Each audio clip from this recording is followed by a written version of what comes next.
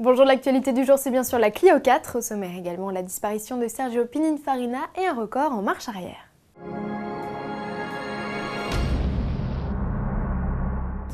C'est un grand jour pour Renault, la firme aux losanges dévoile la 4e génération de sa citadine star, la Clio, un modèle qui a été surpris dès hier sur la toile après une bourde de Renault Irlande. De là à ce qu'il s'agisse d'une opération de com, il n'y a qu'un pas. Alors entrons dans le vif du sujet, la Clio 4 a encore grandi pour atteindre désormais les 4,06 m.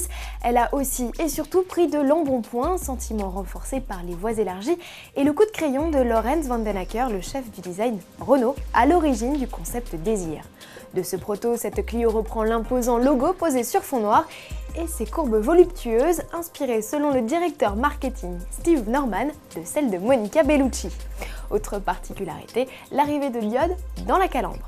Surprenant, la version 3 portes disparaît du catalogue. Renault mise tout sur cette carrosserie 5 portes avec poignée cachée dans les montants. Paradoxalement, la Clio 4 devrait perdre quelques précieux centimètres d'habitabilité, en particulier à l'arrière. Le coffre semble lui plus profond et plus important. Dans l'habitacle toujours, la planche de bord intègre en partie centrale et en option d'élévation de milieu de gamme un large écran tactile dans l'esprit de celui récemment intégré au Dacia Logi. Autre nouveauté, l'absence de clé remplacée par une carte. Côté motorisation, Renault innove avec 2 blocs turbo essence inédits, un 3 cylindres de 90 chevaux avec stop and start et un 4 cylindres 1 litre de 220 chevaux. Ce dernier peut s'équiper de la boîte 6 rapports à double embrayage. En diesel, 2 moteurs sont annoncés au lancement, dont un DCi 90 avec rapport de boîte allongé. La Clio 4 sera l'une des vedettes du Mondial de l'Automobile de Paris dès le 29 septembre prochain. Elle tiendra l'affiche avec sa déclinaison RS récemment croisée à Goodwood en Angleterre et peut-être même une version luxe baptisée Initial Paris. Pour Renault, la Clio est un élément clé de sa stratégie, c'est tout simplement le modèle le plus vendu en France, toutes marques confondues. Elle doit permettre avec l'électrique Zoé de redresser la barre. Depuis le début de l'année 2012, le losange a en effet vu ses ventes chuter de 15%.